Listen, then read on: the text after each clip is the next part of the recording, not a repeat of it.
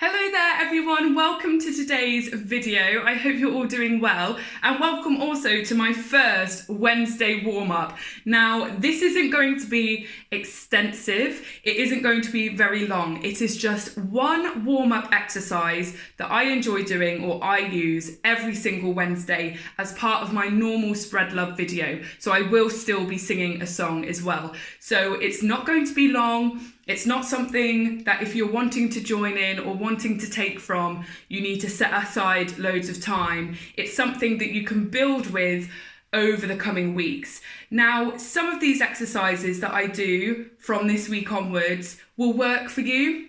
Others may not. So I want you to take whatever you feel helps you. If you try a warm-up exercise and you don't think it warms up your voice very well, or your breathing or anything like that, or you simply don't enjoy it, you don't have to use it. So let's see how you all find today's. So we're going to start with breathing. It's a pretty standard place to start when warming up your voice for singing. Breathing is really important to singing, okay? It's really important to know when to breathe during songs. You can sometimes cheat breathe. That sort of takes a lot of practice and knowing songs really, really well to be able to slip in breaths really subtly without it being noticed and without it affecting the way the song sounds and the way that it flows. And I'm absolutely still not an expert on that, and is something that I find quite challenging still as a vocalist. So a really simple breathing exercise that I do, I actually got this one from my old vocal coach, Helen Geen, who is wonderful, and I've used it ever since. We use it with Bonnie and the Bonettes when we warm up for our shows, and I find it really, really useful. So before you get going, you really, really want to be stood with your legs shoulder width apart, okay? You don't want them too wide. That's not going to be any good for your posture. You're not going to stand with your legs stupidly wide when singing. You also don't want them together. If you stand with your feet together, not only is your balance going to be off, but your breathing technique's not going to be very strong. So let's go shoulder width apart in a really comfortable position for you, okay? So if you want it, that's not comfortable, if you wanted to take it ever so slightly wider, by all means do. Just don't be stupidly dramatic with it. And you want your feet to be facing outwards, parallel, as straight as you possibly can. I know this isn't necessarily possible for everyone. I really struggle with that because I've got very flat feet, but just as well as you can, still being comfortable.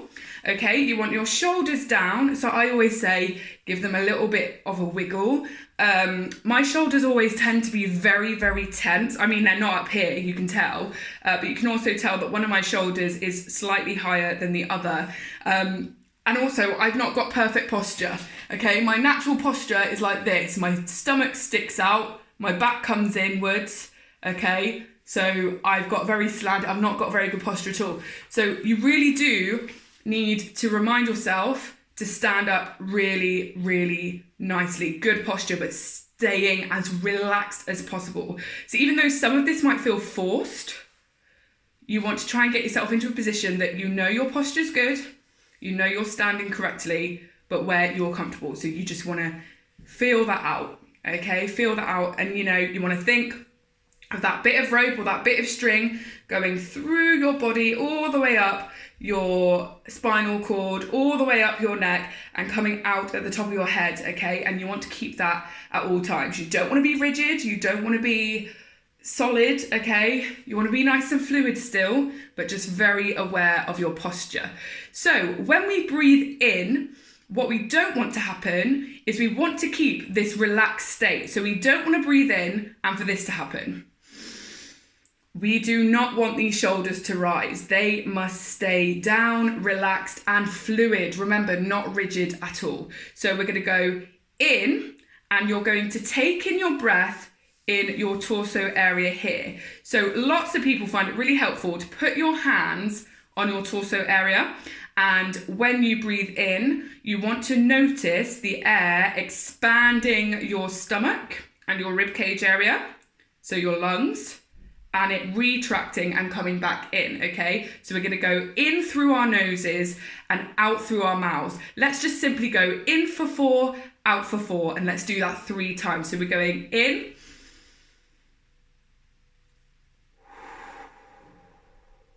in,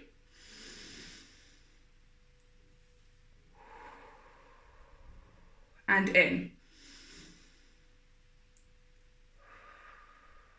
So we see our hands contracting and attracting without coming off of the tummy. So our belly is going out and in. But at no time am I forcing this. At no time am I pushing my belly out myself, okay? It's all natural because of the breath. So the exercise that we do from there, again, you can keep your hands on your stomach if you find it helps. Try to keep those shoulders relaxed at the same time. Some people find that doing that makes these slightly tenser. So you might just want to keep your arms loosely down by your side. And you want to go in through your nose, hold, and out through your mouth. So we're going to go in for 4, hold that breath for 4, and then out for 4. And I find it's best to come out on a bit of an R vowel shape. So you're going to go in through your nose, hold, and then you're going to go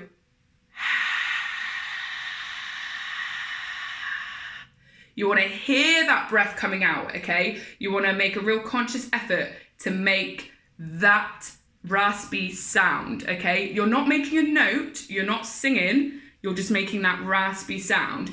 You could choose to do your out breath with sort of a thin,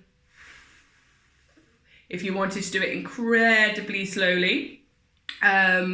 But what you don't want to do is you don't want to lose control of this area. And that is something else that we can work on Wednesdays, okay? You want to have full control of what your mouth is doing, the shapes they're making. And this all comes under sort of our vowel sounds and shapes that we make. So you don't really want to take a breath in and then just go, you don't want to be doing that. So a nice strong in,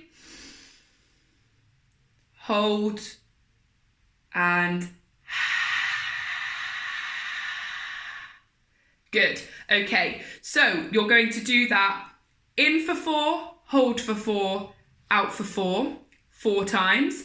Then you can work it up to in for 4, hold for 4, out for 8. Then you can go up to out for 10, out to 12. You can even go out to 16. Now, those of you that maybe are singing novices, maybe you've not really tried any singing training of any form before, going up to breathing out on a 4 in breath and going an out of a 16, you might find that challenging, you might find that a bit of a struggle, you might feel a little bit lightheaded. The important thing is, whenever warming up, whenever doing any vocal exercises, is not forcing anything and not getting yourself to a point where you're straining your voice, you're straining your body, or maybe even you're starting to feel a bit faint and funny, okay? If that ever happens, if you start to feel a bit weird or you feel like you're doing any strain, you simply stop that exercise and backtrack it to something that's a bit easier or give yourself a rest. So let me just recap that for you. We go in for 4 through our noses. We hold and out through our mouths. You do that 4 times, and then you do your in for 4, hold for 4, out for 8. In for 4, hold for 4, out for 10. In for 4, hold for 4, out for 12. And then you can work your way up to in for 4, hold for 4, out for 16. Okay, let me know how you get on with that if you choose to use it. It's one that I find really, really useful, especially in these times where maybe I'm not as fit because I'm not being as active. Doing these breathing exercises is really going to keep my breathing strength up and therefore my vocals stronger. So that's it for my little warm-up tip this morning. I hope you find it helpful, interesting. Take from it what you will. It's yours now to do with whatever you choose. And for those of you that are vocalists out there, you are singers, professional, amateur, whatever that is. If you have some similar breathing exercises or any other breathing exercises that you might find are helpful to my viewers, feel free to post them in the comments below. Let's all get sharing, okay? That was my own personal technique that I like to use. That won't be right for everyone. There might be some singers that watch that and go, that's not right, or I wouldn't do it like that. It's personal choice. It's whatever works for you, as long as we stay nice and upright, nice and relaxed, and we're also taking care of ourselves while we do it. That is so, so important. So for today's song, as it is still a normal Spread Love video, and I'm already running at nearly 11 minutes, so let's crack on. Today's song, I'm going to do Sign of the Times by Harry Styles. Now, some of you might roll your eyes when I say Harry Styles, but I'm not even going to say he's my guilty pleasure. He's just my pleasure. He is a phenomenal vocalist. He's got a cracking couple of albums, and I highly recommend that you give him a chance and listen to him. He's brilliant. So this is Sign of the Times, Harry Styles.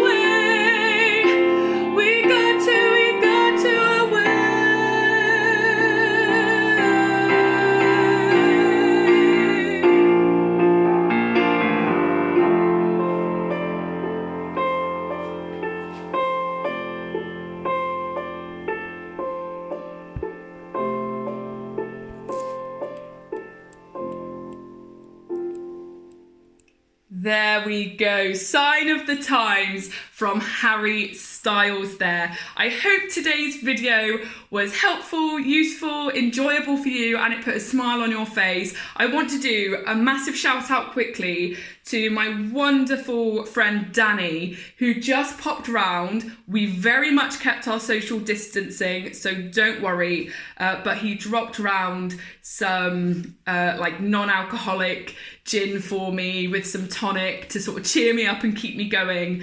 So I just want to say, Danny, I love you lots and can't wait to be back at work at McKenna's at Northern Stage with you, hopefully in the not too distant future. And thank you so much for that wonderful bit of generosity. It really has made my day. So for the rest of you, keep on smiling, keep taking care of yourselves and of each other, and I'll see you next Wednesday for another warm-up tip.